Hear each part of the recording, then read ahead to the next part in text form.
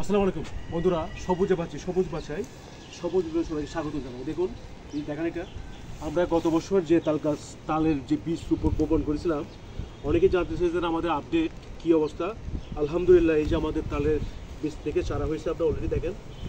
গোড়াটা একটু পরিষ্কার করে দিই। এটা আমরা গতবার রোপণ করেছিলাম তাল বীজ। এই দেখুন তাল চারাটা হয়েছে আপনার বীজ থেকে। আমরা হাজার হাজার তাল বীজ রোপণ করেছি। পরিবেশের ভারসাম্য, বজ্র পাত হতে রক্ষা এবং পাখির বাসা নিশ্চিত করার ক্ষেত্রে আমরা এই তাল গাছ এবং খেজুর গাছগুলো রোপণ করে যাচ্ছি।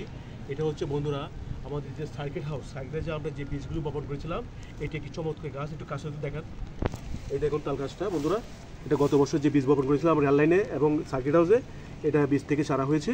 তাহলে আমরা যে এইভাবে আপনার পরিবেশের ভারসাম্য রক্ষা করে আমরা প্রতিনিয়ত কাজ করে যাচ্ছি। এটা একটা সফলতা যে তাল বীজ রোপণ করার পরে কক্সবাজারের যে আমাদের যে তাল গাছগুলি হয়েছে, এই জন্য আমি সৃষ্টিকর্তার কাছে চিরকৃতজ্ঞ। এবং কারণ এই ক্ষেত্রে পরিবেশের বিশাল একটা ভূমিকা রাখবে আপনার। এই যে সামুদ্রিক জলোচ্ছ্বাস এবং পাখির বাসা নিশ্চিত করবে আমরা যে কাজটা প্রতিনিয়ত করে যাচ্ছি বন্ধুরা, এই ক্ষেত্রে একটা বিরাট সফলতা আসবে। আশা করি আল্লাহর রহমতে আমরা যে তাল গাছগুলি রোপণ করেছি, হাজার হাজার তাল বীজ, এগুলি প্রত্যেকটা চারা হবে এবং তাল গাছ হবে। এর সুফল ভবিষ্যৎ প্রজন্ম পাবে ইনশাআল্লাহ। ধন্যবাদ সবাইকে সবুজ সাথে থাকার জন্য। আসসালামু আলাইকুম।